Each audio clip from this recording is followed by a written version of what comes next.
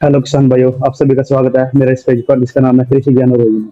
मैं सचिन कुमार पिछले कई सालों से कृषि विभाग हरियाणा में काम कर रहा हूँ। हम आ गए हैं इस वीडियो में, और इस वीडियो में मैं आपको इंटीग्रेटेड न्यूट्रिएंट मैनेजमेंट के बारे में बताऊंगा।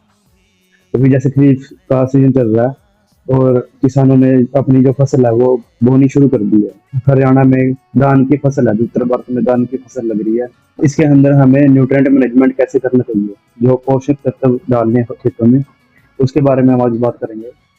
इंटीग्रेटेड न्यूट्रिएंट मैनेजमेंट, एकीकृत पोषण का प्रबंधन हमें कैसे करना चाहिए। इंटीग्रेटेड न्यूट्रिएंट मैनेजमेंट एक होलिस्टिक अप्रोच है। इसके अंदर क्या होता है कि जो भी किसान खेतों में पोषक तत्व डाल रहा है, जैसे नाइट्रोजन है, फास्फोरस है, पोटाशियम है, सल्फर या जिंक डाल रहा है, हमें पोषक तत्वों को ऐसे अप्लाई करना है ना तो हमारे वातावरण को नुकसान हो, ना ही पौधों को नुकसान हो, ना ही हमारी जमीन को नुकसान हो, और जो आसपास में जीव जंतु रह रहे हैं उनको भी नुकसान नहीं हो, और जो हमारी पोषक तत्व है वो पौधों को बहुत भरपूर मिले और हमारा पौधा अच्छे तरीके से ग्रो करे। तो ये एक होलिस्टिक अप्रोच है। इसके अंदर हमें सभी चीजों का ध्यान रखना पड़ता है। हमें जैसे नाइट्रोजन देनी है, धान की फसल में 100 से 120 किलो नाइट्रोजन की जरूरत होती है एक सीजन के अंदर। तो हमें जैसे नाइट्रोजन अप्लाई करना है तो हमें सिर्फ यूरिया पर ही निर्भर नहीं रहना है। हमें नाइट्रोजन डालने के लिए हम जैसे हरी खाद है, खेतों में हम मूंग और ढांचा बो सकते हैं जो हरी खाद का काम करेगा, और नाइट्रोजन तो प्रोवाइड करेगा मिट्टी को, और खेतों में ऑर्गेनिक कार्बन को बढ़ाने का काम भी करेगा।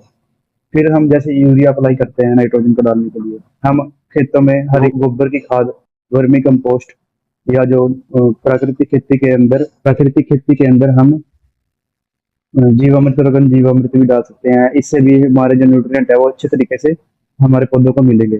हमें सिर्फ एक ही सोर्स पर निर्भर नहीं रहना है। जैसे हम अगर यूरिया ही डालेंगे खेतों के अंदर तो उससे क्या होगा, यूरिया ज्यादा डालने से खेतों में बीमारियां आएंगी, जमीन की उपजाऊ शक्ति कम होती है और हमारा पौधा भी अच्छे से विकास नहीं करता।